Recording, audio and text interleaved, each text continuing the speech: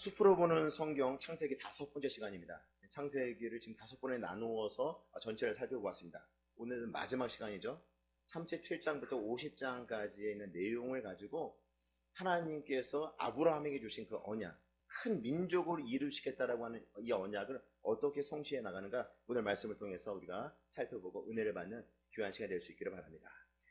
오늘 이야기는 사실 요셉을 중심으로 하나님께서 어떻게 큰 민족을 이루시는 그 계획들을 성취해 나가는가를 우리에게 말씀해 주고 있습니다. 요셉은 누구입니까? 야곱의 12아들이 있었는데 11번째 아들로서 라헬의 2명의 자식 가운데 큰 아들이 요셉이었는데, 야곱의 4명의 아내가 있었어요. 레아, 라헬, 실바, 비라. 그 아내 가운데 2번째 아내가 라헬이었죠. 처음에 라헬을 위해서 7년 동안 열심히 일을 했는데 삼촌 라반이 먼저 언니를 야곱에게 아내로 맞이할 수 있도록 합니다. 그래서 다시 일주일 후에 라헬을 아내로 맞이하고 7년을 더 봉사하죠. 2명의 아내를 얻기 위해서 14년이라고 하는 긴 시간 삼촌 라반의 집에서 봉사를 하게 됩니다. 야곱이 가장 사랑했던 여자가 바로 이 라헬이었습니다. 야곱에게 있어서 이 요셉은 특별한 사랑을 받는 존재였다는 것이에요. 그러니까 형들과의 그런 갈등도 많이 있었죠. 그러니까 형들과의 그런 갈등 때문에 결국 요셉이 애굽으로 팔려가게 되는데, 형들과의 어떤 갈등이 있었는가, 37장 1절부터 보게 되면 그 형들이 잘못한 것에 대해서 요셉이 아버지에게 다 일러 바치게 되죠. 형들이 잘못한 내용들을 하나하나 다 기억해 두었다가 그때마다 아버지에게 이야기를 하다 보니까 형들로부터 사랑을 받지 못했죠. 오히려 형들이 요셉을 더욱더 미워하게 됩니다. 또 말씀드렸던 것처럼 아버지가 요셉을 더 특별히 사랑을 하다 보니까 그 요셉에게 채색 옷을 해서 입히기도 합니다. 12명 형제들에게 골고루 옷을 같이 입히면 전혀 문제가 되지 않겠지만, 요셉을 더 특별히 아버지 야곱은 사랑을 했습니다. 나머지 그 형제들은 사랑을 받지 못하니까 오히려 그것이 계기가 되어서 요셉을 더욱더 미워하게 되었습니다. 더 심각한 것은 그 요셉을 미워하고 있는 그들 마음에 기름을 붓는 사건이 벌어지게 되는데, 2가지 꿈이 문제가 된 것이죠. 오늘 우리가 읽었던 이 2가지 꿈의 이야기를 통해서 형들은 더욱더 요셉을 미워하게 되고 심지어 요셉을 죽이려고 하는 그런 마음까지 품게 되죠. 요셉이 꾼 꿈이 무엇이었습니까? 우리가 읽었던 것처럼 곡식단을 묶고 있는데 그 11곡식단이 요셉이 묶고 있는 그 곡식단에게 절하는 그런 꿈을 꾼 거예요. 요셉이 높아지고 형들은 그 앞에 절하는 그 꿈을 요셉이 꾸게 된 거예요. 2번째 다시 또 꿈을 꾸게 되는데, 이 꿈의 내용은 11별과 또 해와 달이 있는데 그것이 요셉에게 또 절하는 그런 꿈을 꾸게 됩니다. 중요한 것은 무엇인가 하면 이 꿈의 내용을 형들에게 이야기를 하죠. 형들이 그 이야기를 듣고 요셉을 더욱더 미워하고 나중에 보게 되면 죽이려고 하는 그런 마음까지 품게 돼요. 그 형들의 마음속에서는 어떻게 하든지 그 요셉을 제거하고자 하는 그런 마음들이 있었겠죠. 거기에다가 요셉이 꾼 꿈, 요셉이 높아진다라고 하는 그 꿈에 대한 이야기를 하다 보니까 이 형들의 마음은 요셉은 반드시 죽여야 된다라는 그런 생각들을 갖게 된 것입니다. 결국 아버지가 형들이 양을 잘 치고 있는가를 보고 오라고 합니다. 그럴 때 요셉이 세겜을 거쳐 도단에 있는 양을 치고 있는 그 형들에게 도착을 하게 됩니다. 도착을 했는데 형들이 요셉이 오는 그 모습을 바라보면서 꿈꾸는 자가 온다. 처음에는 요셉을 죽여서 구덩이에 던지려고 했는데 그렇게 하지 아니하고 요셉을 그냥 마른 구덩이에 던져놨다가 미디안 상인들, 애굽으로 가는 이스마엘 사람으로 구성되어 있는 미디안 상인들이 지나가는 것을 보고 그들에게 은 20을 주고 이 요셉을 팔게 됩니다. 그리고 요셉은 이제 노예가 되어서 애굽으로 내려가게 되는데, 그러니까 야곱의 특별한 사랑을 받았던 이 요셉이 하루아침에 노예의 신분으로 전락을 하게 된 것이죠. 우리가 이 대목에서 살펴볼 수 있는 것이 무엇인가 하면, 요셉이 꿈을 꿨는데 이 꿈이 요셉의 꿈이었는가, 요셉 자신이 꾼 것이지만 그것이 요셉의 어떤 욕망이었으며 요셉이 하고 싶은 것을 꿈으로 투영시킨 것인가, 그렇지 않다는 거예요. 만약에 요셉이 정말 그 형들보다 높아지려고 하고 그가 가지고 있는 그런 야망들이었다라고 한다면 요셉은 그 꿈에 대한 이야기를 결코 그 형들에게나 아버지에게 이야기하지 않았을 거예요. 요셉은 자신이 꾼 꿈에 대해서 형들에게 이야기한 것이고 아버지에게 이야기한 것이었습니다. 이 형들은 그것을 보고 오히려 더욱더 이 요셉을 미워하게 된 것이죠. 형들은 우리가 이 대목에서 볼 수 있는 것은 요셉이 꾼 꿈은 하나님께서 요셉에게 꾸게 하신 거죠. 두 번의 꿈을 반복했다라고 하는 것은 반드시 하나님께서 이 꿈을 성취하실 것이다 라고 하는 것을 우리에게 알려주고 있습니다. 그리고 실제로 그 꿈이 성취가 되는데 애굽의 총리가 되고 왕 다음 가는 그런 관직에 오르게 되는데, 실제로 하나님께서 꾸게 하신 그 꿈이 성취가 되는 그런 모습들을 보여주고 있는 것이죠. 하나님께서는 우리에게도 꿈을 꾸게 하신다는 것이에요. 그러니까 요셉은 꿈을 꿨지만 그 꿈이 어떻게 성취되는지는 알 수 없었지만 하나님께서 꿈을 꾸게 하신 대로 그것을 성취하셨다라고 하는 것을 우리에게 보도록 하신 것 아닙니까? 우리도 마찬가지죠. 하나님께서 우리에게 가지고 계신 그 꿈이 무엇인지는 알 수 없지만 하나님께서 우리 각 사람에게 꿈을 가지고 있다는 것이고 그 꿈이 반드시 성취된다는 것입니다. 성도 여러분, 우리가 하나님의 자녀들입니다. 우리가 어떻게 하나님의 자녀가 되었습니까? 예수님께서 십자가의 죽으심으로 모든 죄의 문제를 해결하시고 하나님의 귀한 자녀가 되게 하셨습니다. 우리가 하나님의 자녀라고 한다면 하나님의 자녀들이 그냥 구원받고 그 구원받은 감격과 기쁨을 가지고 그 상태로 만족하며 우리를 살도록 만드신 것이 아니라는 것이에요. 이 땅에 많은 사람들 가운데에서 특별히 우리를 먼저 하나님의 자녀로 불러주시고 예배의 자리로 하나님께서 초청하신 것은 우리에게 하나님의 비전이 있다는 거예요. 우리에게 하나님의 꿈이 있다는 것이에요. 그 꿈을 우리 하나님께서 성취해 나가기를 원하고 계시다고 하는 사실이죠. 우리의 스스로의 모습을 볼 때는 어때요? 연약함이 많아요. 부족함이 많아요. 과거 우리들의 모습은, 예수 믿기 전에 우리들의 모습은 죄와 허물로 죽었던 자들이었습니다. 인간의 욕심대로 모든 것을 하려고 했고, 그 다음에 다른 사람들은 전혀 고려하지 않냐고, 생각하지 않냐고, 그냥 나만 잘 되면 돼, 나만 성공하면 돼, 나만 출세하면 돼, 이런 허망한 삶을 살았던 자들이었는데 예수 그리스도 안에서 우리 하나님의 귀한 자녀로 만들어주시고 구원의 감격과 기쁨을 유지하며 하나님께서 주시는 그 풍성한 은혜를 받아 누리는 그런 삶을 살아갈 수 있도록 만들어주신 것입니다. 그런데 거기서만 끝나는 것이 아니라 그렇게 하나님의 자녀가 된 우리에게 하나님께서 꿈을 가지고 계시다는 거예요. 요셉을 꿈꾸게 하시고 그 꿈을 성취하셨던 것처럼 저와 우리 성도 여러분들에게도, 하나님의 자녀들인 우리에게도 하나님의 꿈이 있다는 거예요. 하나님의 꿈을 반드시 이루어 나가신다는 것이에요. 요셉이 꿈꿨고 그 꿈을 이루어 나갔던 것처럼, 우리 하나님께서 성취하셨던 것처럼 우리를 하나님의 귀한 자녀로 우리 각 사람을 부르셨다고 한다면 우리에게 주신 그 꿈을, 그 내용이 정확하게 우리가 무엇인지는 알지 못하지만 우리 하나님께서 이루어 가신다는 것입니다. 우리의 삶의 모습을 면면히 들여다보게 될 때 연약하죠. 부족하죠. 뭐 내가 무슨 하나님 일을 할 수 있어. 나같이 연약한 자가 무슨 하나님께 영광을 돌리는 일을 할 수가 있어. 그렇지만 그렇지 않아요. 하나님께 여러분들을 통해서 하나님의 그 위대한 일들을 성취해 나갈 것입니다. 제가 고등학교 1학년 때 예수님을 인격적으로 만났어요. 그리고 하나님께서 물붓듯이 부어주시는 그 놀라운 사랑을 경험하게 됩니다. 그리고 물이 바다같이 여호와를 인정하는 것이 온 땅에 가득하게 되는 그날을 우리 하나님께서 사모하게 하셨어요. 하나님을 알았으면 좋겠다. 하나님의 그 물붓듯이 부어주시는 그 놀라운 사랑을 이 땅에 있는 모든 사람들이 경험했으면 좋겠다. 그만큼의 하나님의 그 놀라운 사랑을 부어주셔서 제가 목회자가 된 것이고 주의 일들을 지금 감당하고 있는 것이 아닙니까? 저도 연약한 자였어요. 제가 무슨 하나님의 일을 하고 또 이렇게 목사가 되어서 여러분들에게 말씀을 전하는 사람이 될까 상상조차 하지 못했던 사람이에요. 그냥 저 자신의 문제에 사로잡혀서 낙심하고 절망하고 어떻게 하든지 사람들에게 인정받고 존중받으려고 했던 그 지난 날들의 그런 삶들을 회고하게 됩니다. 예수님을 만나게 된 이후 하나님의 그 놀라운 사랑을 덧입은 다음에 저같이 부족한 자를 하나님의 귀한 일들을 맡기신 그 하나님께 감사할 따름이죠. 성도 여러분들도 마찬가지예요. 하나님께서 여러분들에게 주신 하나님의 꿈이 있습니다.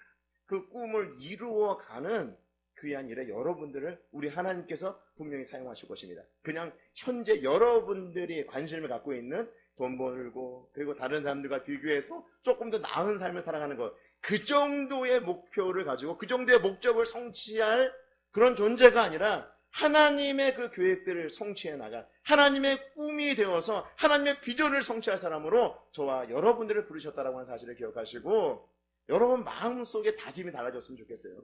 어떻게 그러면 우리가 하나님의 그 비전과 계획을 이루어가는 사람인 것을 알 수가 있는가? 하나님의 말씀을 가까이 할 때 알게 돼요. 하나님께서 원하시는 것이 무엇인가 말씀을 통해서 우리가 알게 된다는 것이에요. 말씀을 가까이 할 때 그 말씀대로 이루어지는 것들을 우리의 삶 속에서 경험하도록 하나님께서 만드실 것입니다. 말씀을 가까이 하는 삶을 살아가면 이 말씀이 반드시 우리의 삶 가운데 이루어지거든요.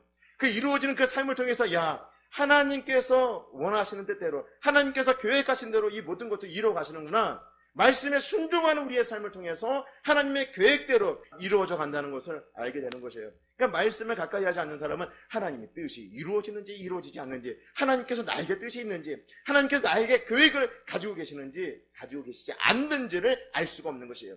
따라서 우리가 해야 될 것이 무엇이에요? 나같이 부족한 자가 무슨 하나님의 계획이 있어? 아니에요. 하나님 말씀대로 순종하며 삶을 살아가시기 바랍니다. 그럴 때 하나님의 그 풍성한 은혜를 여러분들이 덧입게 될 것이고, 그 복을 다른 사람들에게 흘려보내서 여러분들을 하나님의 축복의 통로로 사용하셔서 하나님의 계획들을 차근차근 이루어 나가신다는 것입니다. 또 한 가지는요, 기도해야 하는 거예요. 하나님 앞에 간절히 기도하는 삶을 통해서 하나님의 계획이 나의 기도를 통해서 성취되어지고 나의 기도를 통해서 이루어간다는 사실을 알게 한다는 것입니다. 하나님께서는요, 하나님의 계획을 펼쳐나가실 때 그냥 펼쳐나가지 아니하시고 우리에게 소원을 주세요. 우리에게 꿈을 꾸게 하세요. 그리고 그것을 가지고 기도를 하게 하세요. 기도할 때 기도가 응답되어지는 것을 통해서 하나님의 계획이 성취되어져 가고 있구나, 하나님의 계획이 이루어져 가고 있구나 라고 하는 사실을 알게 된다는 것입니다. 성도 여러분, 기도하지 아니하고 말씀을 가까이 하지 아니하고 내가 하나님의 축복의 통로고 내가 하나님의 그 꿈이며 하나님의 비전이라고 하는 사실을 도무지 알 수가 없는 것이에요. 말씀과 기도로 통해서 우리의 삶을 무장하게 될 때 내가 하나님의 꿈이 되는 것이고 내가 하나님의 비전이 되는 그런 삶을 살아가고 있다고 하는 사실을 발견하며 삶을 살아가는 것이에요. 말씀과 기도가 있는 예배 중심의 삶을 살아가시는 저와 성도 여러분들 되시기를 주의 이름으로 축복합니다. 말씀을 가까이 하지 아니하고 기도로서 하나님과 인격적 교제가 무너지게 되면 하나님의 자녀들임이 틀림이 없는데, 하나님의 꿈과 비전이 여러분들에게 있는 것이 틀림없는데 우리는 세상의 방식대로 삶을 살아간다는 거예요. 돈 버는데 혈안이 되어 있고 땅에 있는 것들에 집중하며 살아간다는 거예요. 다시 한번 말씀드리겠습니다. 하나님의 자녀들입니까? 예수님을 인격적으로 여러분들 구주로 모셨습니까? 여러분들은 하나님의 꿈입니다. 하나님의 비전입니다. 여러분을 통해서 하나님의 그 큰 계획들과 하나님의 비전들을 성취해 나갈 겁니다. 그 하나님의 귀한 일들에 쓰임받는 삶을 살아가시는 저와 성도 여러분 모두가 되시기를 주의 이름으로 축복합니다. 요셉이 꿈을 꾸고 난 이후에 애굽의 종으로 팔려가게 됩니다. 그런데 이 놀라운 것은 이 애굽의 종으로 팔려간 그 요셉으로 인하여서 가는 곳마다 복을 받게 되는 그 놀라운 역사들이 일어나게 됩니다. 39장 1절부터 5절까지 말씀을 우리 한 목소리로 읽도록 하겠습니다. 39장 1절부터 5절까지 말씀 같이 읽겠습니다. 시작. 요셉이 이끌려 애굽에 내려가매 바로의 신하 친위대장 애굽 사람 보디발이 그를 그리로 데려간 이스마엘 사람의 손에서 요셉을 사니라. 여호와께서 요셉과 함께 하심으로 그가 형통한 자가 되어 그의 주인 애굽 사람이 집에 있으니 그의 주인이 여호와께서 그와 함께 하심을 보며 또 여호와께서 그의 범사에 형통하게 하심을 보았더라. 요셉이 그의 주인에게 은혜를 입어 섬김에 그가 요셉을 가정 총무로 삼고 자기의 소유를 다 그의 손에 위탁하니 그가 요셉에게 자기의 집과 그의 모든 소유물을 주관하게 한 때부터 여호와께서 요셉을 위하여 그 애굽 사람의 집에 복을 내리셨으므로 여호와의 복이 그의 집과 밭에 있는 모든 소유에 미친지라. 요셉이 형들에 의하여서 팔리게 되었잖아요.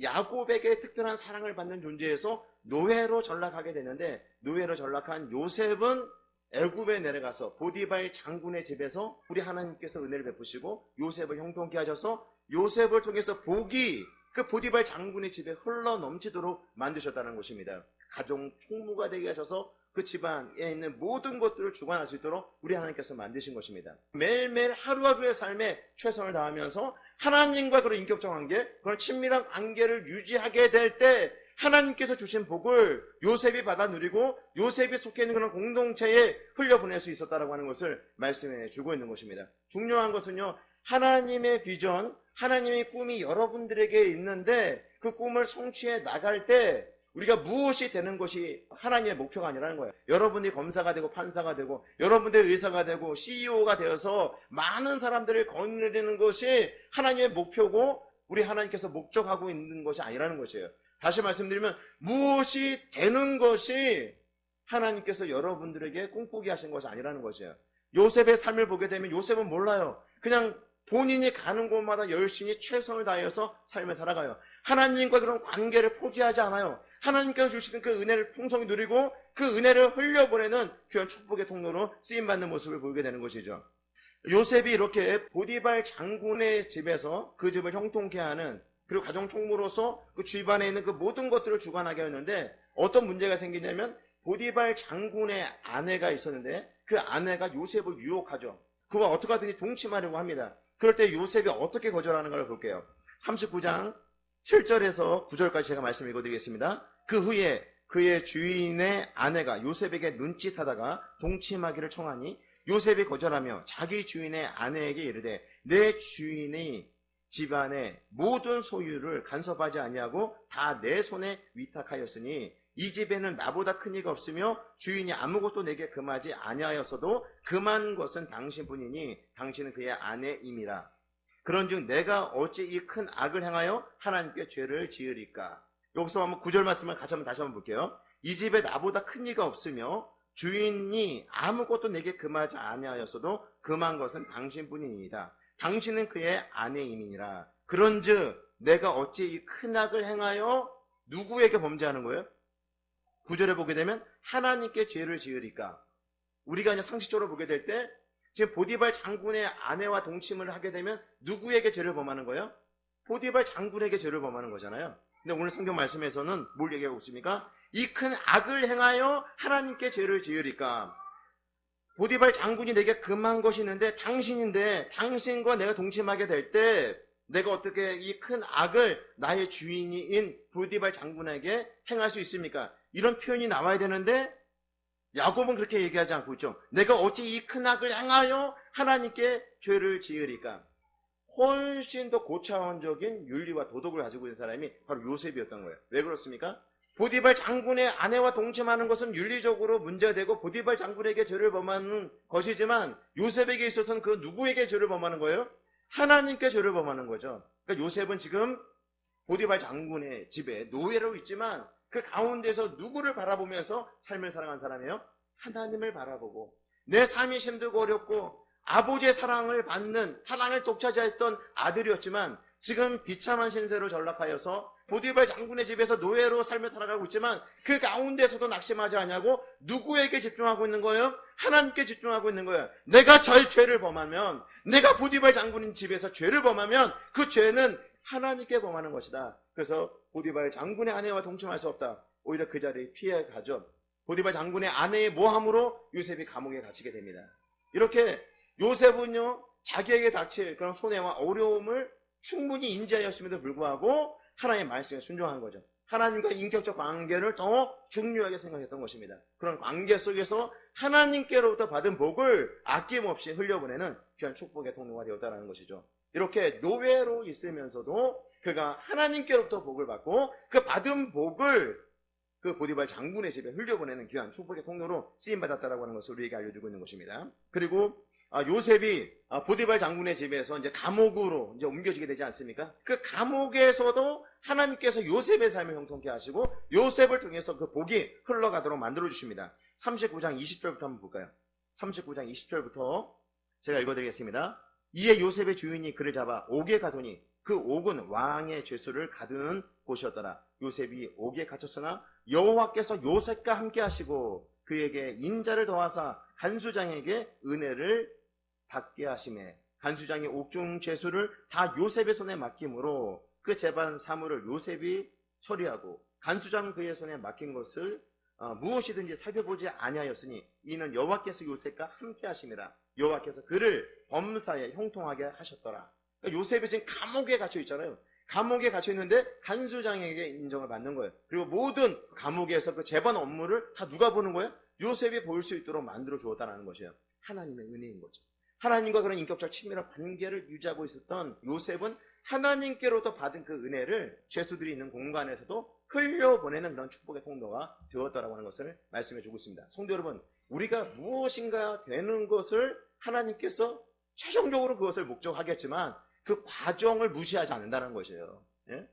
그러니까 우리의 삶이 정말 중요한 것은 우리가 예수를 믿고 구원받고 바로 천국을 하지 않는 것은 바로 우리 하나님의 천국으로 인도하여서 그 영화로운 그 천국에서 우리 주님을 예배하고 주님을 찬양하며 그 복된 삶을 살아가는 자리로 우리 인도하지 않는 것은 어떤 목적이 있는 거예요? 이 땅에서 내가 속해 있는 그 삶의 현장에서 복을 나눠주는 통로가 되라는 거예요. 내가 하나님의 귀한 자녀가 되었다고 한다면 남편에게 그 복을 흘려보내야 되고, 아내에게 그 복을 흘려보내야 되고, 자녀들에게 그 복을 흘려보내라고 말씀하고 있는 것입니다. 요셉은요, 지금 노예의 신분으로 보디발 장군의 집에 그 복을 흘려보냈고, 지금 죄수가 되어서 감옥에 있는데 얼마나 자괴감에 빠지겠어요. 내가 열심히 최선을 다해서 삶을 살아도 안 되는구나. 낙심하고 절망하고 포기하는 것이 아니라 그 가운데서도 하나님과의 그런 친밀한 관계를 유지하면서 하나님이 주신 그 복을 흘려보내는 귀한 통로로 쓰임을 받게 된 것을 우리에게 보여주고 있는 것이죠.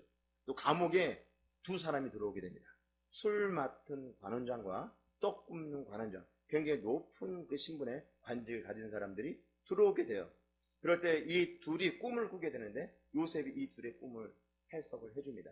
그리고 술 맡은 관원장이 복직을 하게 된다고 하는 사실을 알려주죠. 그러면서 요셉이 이 술 맡은 관원장에게 꼭 바로에게 나에 대해서 이야기를 해줘라. 그래서 내가 풀려날 수 있도록 해달라고 하는데 이 술 맡은 관원장이 그것을 다 잊어버리고 말죠. 근데 중요한 것은 이렇게 요셉이 감옥에 있으면서도 불구하고 하나님의 사람이다. 하나님의 그 복을 받고 있고 하나님의 은혜를 받고 있는 사람이라고 하는 것을 다른 사람들이 알았다는 것입니다. 우리의 삶의 현장에서 여러분들의 모습을 보면서 저의 모습을 보면서 사람들은 역시 저 사람은 하나님의 사람이구나. 예수를 제대로 믿는 사람이구나. 보통 사람들과는 달라. 저 사람의 모습을 바라보면서 정말 예수 믿는 사람들이 왜 예수님 믿는지는 알 것 같아. 이런 말들을 우리가 듣고 있습니다. 예. 요셉은요 지금 감옥에서 그런 말을 듣고 있는 거예요. 그 주변의 죄수들이, 간수들이 뭐 예수를 믿는 사람들이 아니잖아요. 하나님을 아는 사람들이 아니잖아요. 그런데 요셉을 보면서 하나님께로부터 은혜를 받는 사람이구나. 그가 믿고 있는 신으로부터 무엇인가 특별한 그런 은혜를 받고 있는 사람이라고 하는 것을 주변 사람들이 다 알고 있는 것이에요. 죄수의 신분이면서 죄수 같지 않은 거죠. 이곳에 있어야 할 사람 같지 않게 느껴지는 거죠. 그런 삶을 통해서 감옥에 있는 사람들에게 복을 나눠주는 그런 통로로 쓰임을 받을 수 있었다라고 하는 것을 말씀해 주고 있는 것입니다. 2년의 시간이 흘렀을 때 바로가 꿈을 꿔요. 다른 사람들이 그 꿈의 내용에 대해서 해석을 하지 못해요. 그런데 2년 전에 술 맡은 관원장이 자신의 꿈을 해석하고 자신이 곧 풀려나게 될 것을 알려준 그 일이 생각이 나서 바로 왕에게 요셉을 소개시켜 줍니다. 41장 1절부터 6절, 7절까지 말씀을 제가 읽어드리겠습니다. 만 2년 후에 바로가 꿈을 꾼 줄, 만 2년이라고 하는 것은 술 맡은 관원장이 나오고 난 이후에 2년이라고 하는 시간이 흘렀을 때를 말하고 있습니다.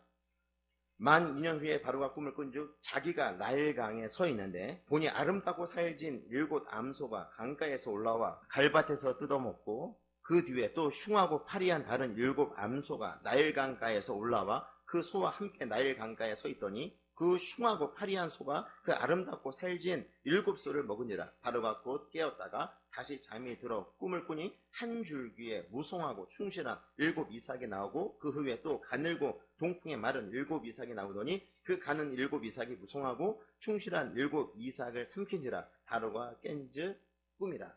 이 두 가지 꿈을 꾸잖아요. 첫 번째 살진 암소 7마리가 나왔어요.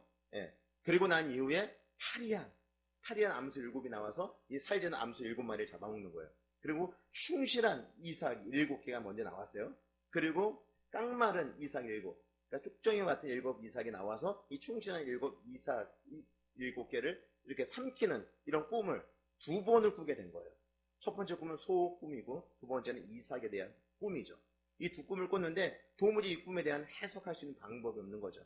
그래서 술 맡은 관원장이 요셉을 소개시켜서 요셉이 바로 왕 앞에 서서 이 꿈을 해석해내는데 7년 동안 이 애국과 이 주변 나라에 엄청난 풍년이 될 것이다. 그리고 7년이 지나고 난 이후에 7년 동안 뭐 상상조차 할 수 없는 엄청난 애국을 비롯해서 그 주변 나라에 충년이 되게 될 것이다. 이런 꿈의 해석을 해놓은가 동시에 대안까지 제시를 합니다. 어떻게 이 문제를 해결할 것인가? 엄청난 풍년이 들었을 때 곡식의 5분의 1을 저장하여서 충년의 때를 대비해야 합니다. 이렇게 왕에게 제안을 하게 되죠. 이후에 요셉이 어떻게 됩니까? 애굽의 총리가 돼요. 왕 다음 가는 자리에 요셉을 올려놓죠. 애굽 전역을 다스릴 수 있도록 그런 권한을 요셉에게 다 부여를 하게 됩니다. 요셉이 처음 꿈꾸었던 그 꿈들이 이제 실질적으로 이제 이루어진 거잖아요. 애굽의 총리가 되어서 왕 다음 가는 자리에서 모든 사람들에게 절을 받는 그 위치에 하나님께서 세워 놓으신 것이에요. 그런데 그것이 목적이 아니라는 거예요. 예? 요셉이 노예로 있을 때 보디발 장군의 집에 복을 나눠줬고, 또 감옥에 갇혀서 간수장 외에 그 감옥에 있는 사람들에게 또 복을 흘려보는 통로가 되었던 것처럼, 애굽의 총리가 되는 것이 목적이 아니라 애굽의 총리가 되어서 궁극적으로 목적하는 바가 무엇이에요? 애굽 사람을 살리는 것이죠.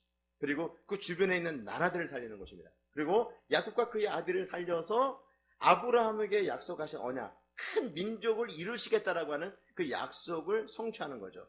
복의 통로가 되는 거예요. 하나님께서 요셉에게 주신 꿈은 복의 통로가 되는 거예요. 그가 노예를 있을 때는 보디발 장군의 집에, 그가 죄수로 있을 때는 그 감옥에, 그리고 애굽의 총리가 되었을 때는 애굽과 온 땅에 복을 나눠주는, 그들을 구원하기 위한 축복의 통로로 쓰임받는 것, 그것이 궁극적으로 요셉을 통해서 성취하려고 했던 하나님의 계획이었다는 것입니다. 창세기 41장 57절에 있는 말씀을 제가 읽어드리겠습니다. 각국 백성도 양식을 사려고 애굽으로 들어와 요셉에게 이르렀으니 기근이 온 세상에 심함이었더라. 53절부터 한번 읽어볼게요. 애굽 땅에 7해 풍년이 그치고 요셉의 말과 같이 7해 흉년이 들기 시작하며 각국에는 기근이 있으나 애굽 온 땅에는 먹을 것이 있더니 애굽 온 땅이 굶주림에 백성이 바로에게 부르짖어 양식을 구하는지라. 바로가 애굽 모든 사람에게 이르되 요셉에게 가서 그가 너희에게 이르는 대로 하리라.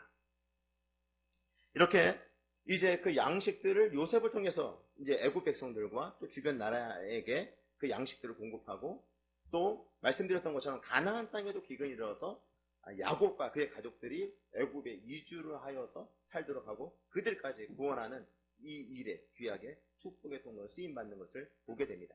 성도 여러분, 하나님께서 우리를 축복의 통로가 되게 하실 때 말씀드렸던 것처럼 우리가 무엇인가 된 다음에, 우리의 삶의 형편이 지금보다 좋아진 다음에, 지금 삶의 걱정과 염려의 문제들이 조금 더 해결된 다음에, 내가 지금 학생의 신분이니까 대학에 들어가서 좋은 직장에 들어간 다음에 내가 뭔가 성취하고 그 다음에 축복의 통로가 되겠습니다. 내가 뭔가 성공하고 출세하고 뭔가 있어야지 줄 수 있는 것 아닙니까? 지금 현저히 부족해서 아무것도 할 수 없습니다. 이렇게 말할 수 없다는 것이에요.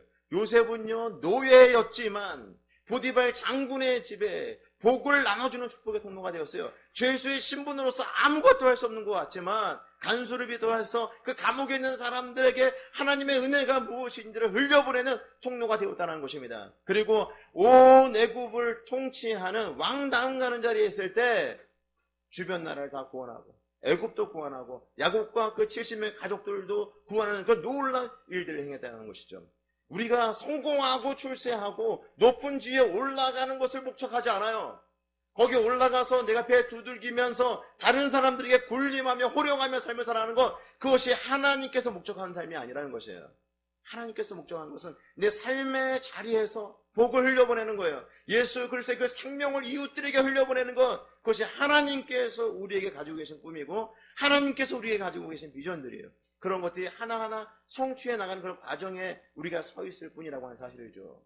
성도 여러분, 우리가 속해 있는 그 가정, 우리가 속해 있는 그 학교, 우리가 속해 있는 그 직장, 바로 그 자리에서 여러분이 지금 축복의 통로가 될 수 있어요. 지금 그들에게 생명을 흘려보낼 수 있어요. 싸움과 분열과 다툼이 있는 그곳을 치유하고 회복하는데 하나님께서 여러분들을 사용하기를 원하고 계시고 여러분들이 그 일을 감당하기를 원하고 계시다라고 하는 사실이죠. 한번 생각해 보세요. 내가 있는 학교가 나로 인해서 사람들이 행복해하고 있는가? 내가 있는 교회가 나의 섬김으로 인해서 성도들이 행복하고 있는가? 내가 속해 있는 가정 구성원들이 나로 인하여서 할머니가, 나로 인하여서 남편이, 나로 인해서 아내가, 나로 인하여서 자녀들이 복을 받고 있는가? 하나님께서 나에게 주신 그 복을 흘려보내는 통로로 쓰임받고 있는가? 우리가 생각해 봐야 된다는 거죠.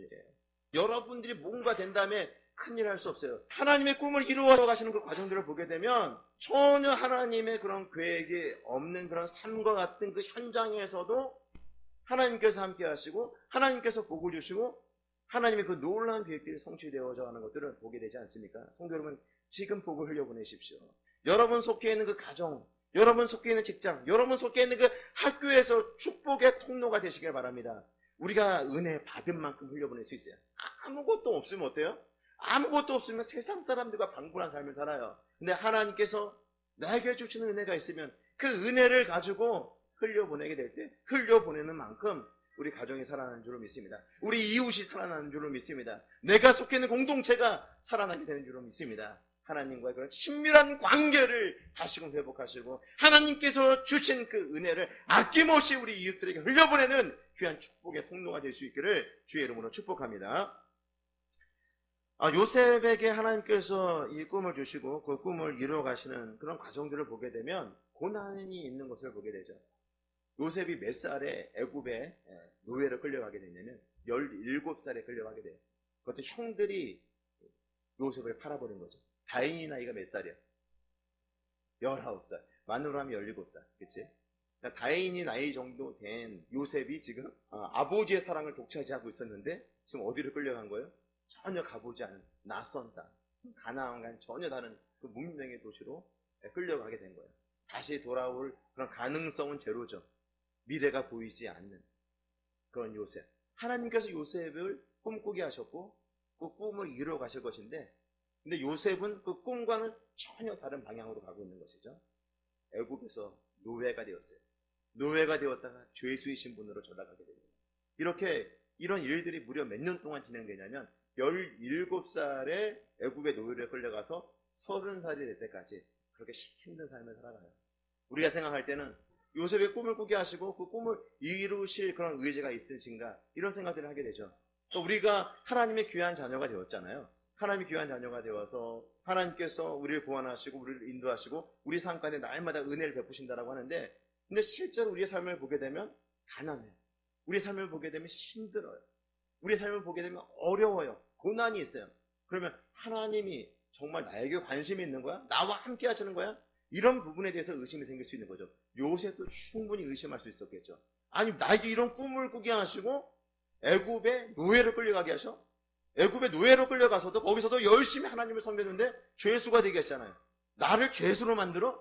이렇게 하나님을 향하여서 얼마든지 원망하고 하나님을 향하여서 불평할 수 있었지만, 성경 말씀을 보게 되면 요셉이 하나님을 향해서 원망하였거나 불평하였다라고 하는 이야기가 전혀 없어요. 오히려 요셉과 하나님이 함께 하심으로 오히려 요셉의 삶이 형통하였다라고 말씀을 하고 있습니다. 성도 여러분, 이 성경에서 하나님께서 요셉과 함께 하심으로 요셉이 형통하였다. 이 형통이라고 하는 단어가 어떤 의미가 있을까요?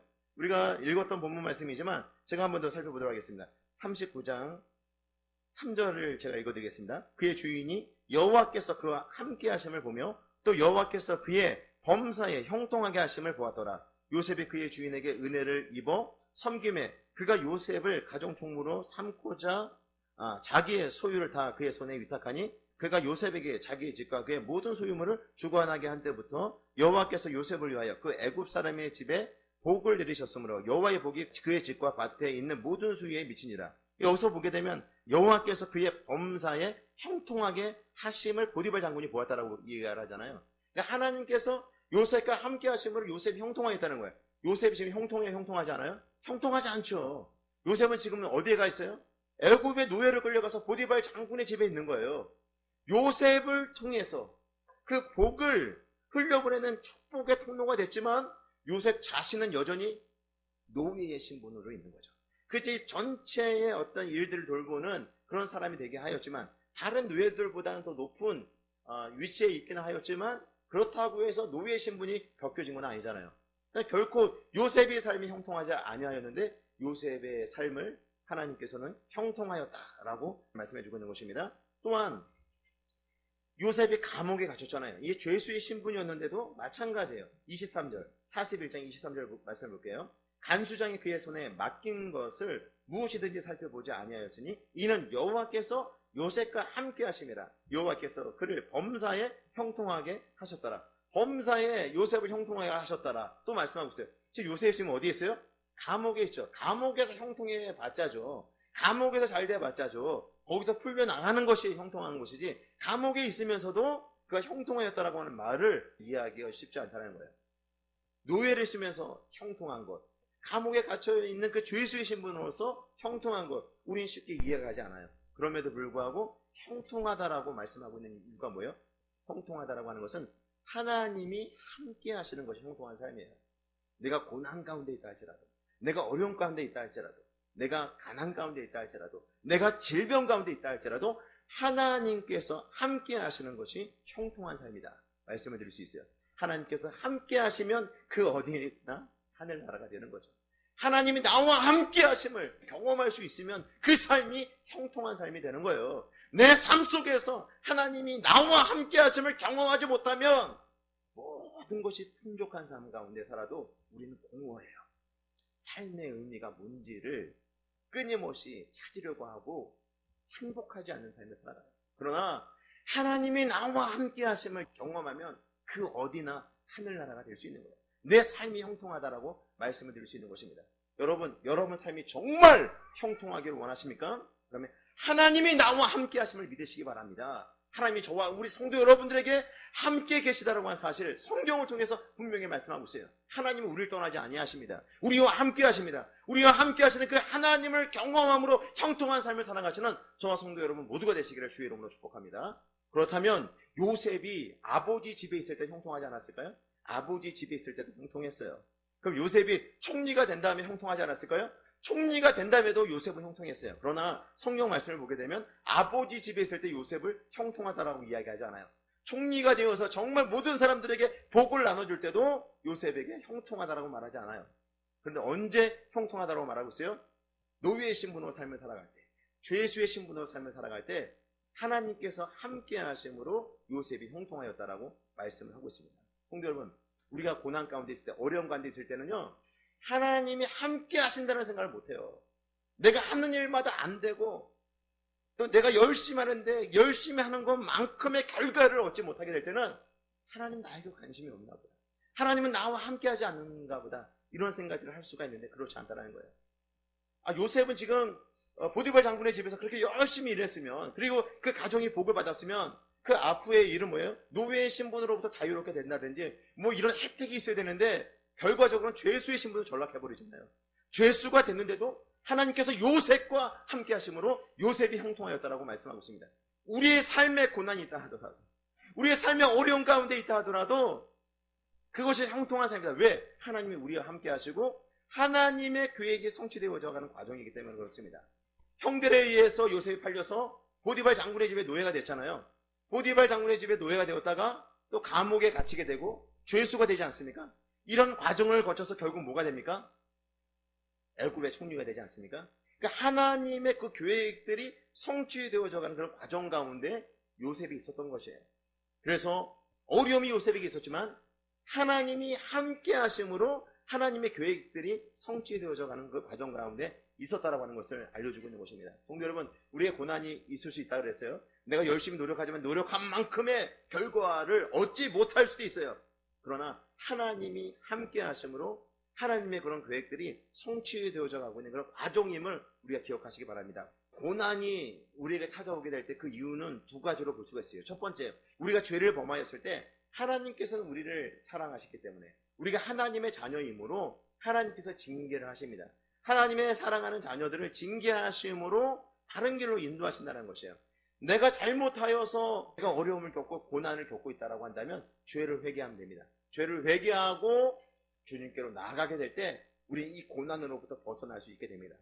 두 번째, 내가 열심히 살았는데, 최선을 다해서 살았는데 요셉과 같이 하나님 앞에 범죄하지 않으려고 몸부림치면서 하나님께서 주신 그 복을 흘려보내기 위해서 열심히 최선을 다해서 살았는데 그럼에도 불구하고 죄수의 신분으로 전락할 수 있어요. 우리가 더 고난 가운데, 더 어려운 가운데 우리가 처하게 될 수가 있어요. 그럴 때는 우리가 어떻게 받아들여야 될 것인가? 그것은 하나님이 나를 지금 단련시키고 있구나, 하나님께서 나를 훈련시키고 있구나, 나는 하나님의 사람으로 축복의 통로로 만들기 위해서 나를 만들어 가시는 그런 과정이구나, 이와 같이 우리가 받아들일 수 있어야 되는 것이죠. 성도 여러분, 고난 가운데 있어도 하나님께서 나와 함께 하십니다. 하나님의 계획이 성취되어져 가는 그런 과정 가운데 있습니다.